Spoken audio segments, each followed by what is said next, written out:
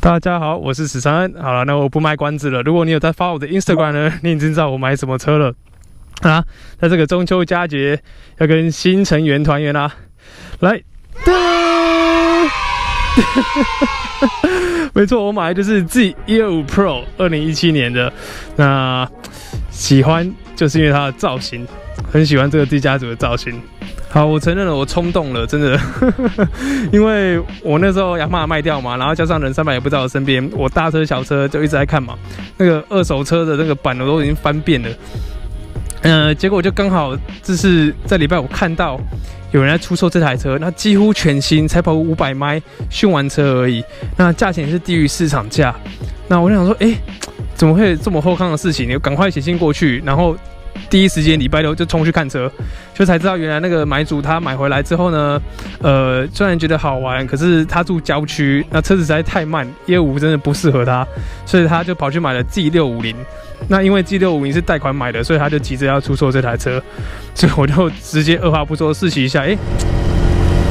大家好，我是13，我现在在卖家的家附近，我在试骑这台 Z125 Pro。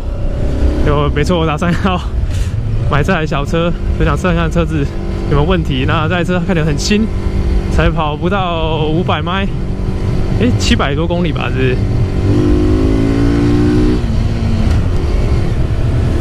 对，跟我之前试骑的时候感觉差不多，起跑的时候比 MSX 感觉轻快一点。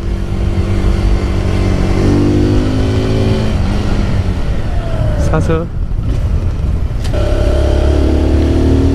好，刚刚试跑了几圈，我觉得我应该买这台，是我目前看过车子最新，然后最便宜的一台，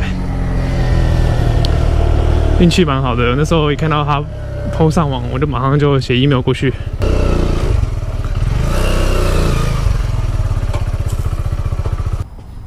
Nice， 因为是新车嘛，你看连前面这边轮胎线都还在，所以就直接买下来。那我之后骑过几次呢，应该会做个车主报告啦，就是讲讲心得啊，然后再讲讲我在美国骑这台车的感想。因为你也知道，这台车呢，在美国加州是没有高速公路的路权，那这就有趣啦。那之后通勤呢，我可能就要用快速道路跟平面道路来取代高速公路。但是还好，我离公司没那么的远，所以花的时间不会说多太多。但是我就是想说，抱着一个实验的心态啦，想说骑这台车如果可以让通勤那个乐趣大大提高呢，那也许是个不错的选择。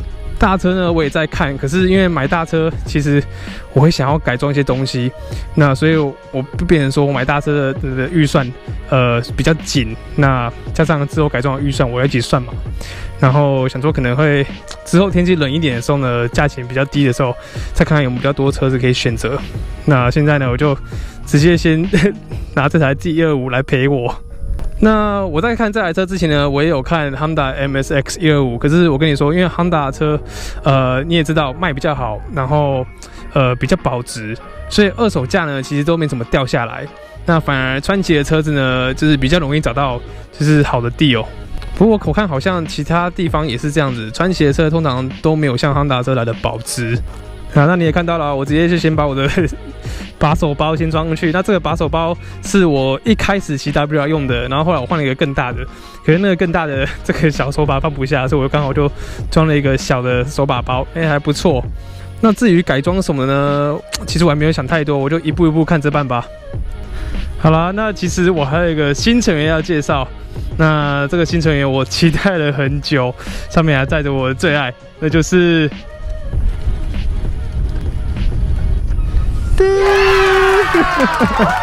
没错，看到没有？不是在娃娃车，是娃娃车里面就是我女儿啦。这也是为什么大家觉得一阵子没有看到我老婆，要闭关去了。好啦，那在这边祝大家中秋节快乐啦，拜拜。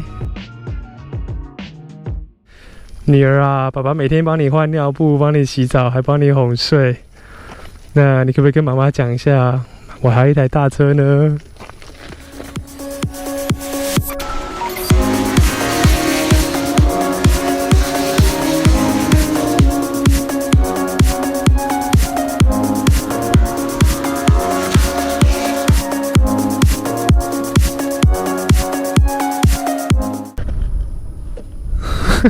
你不要摔倒，小心。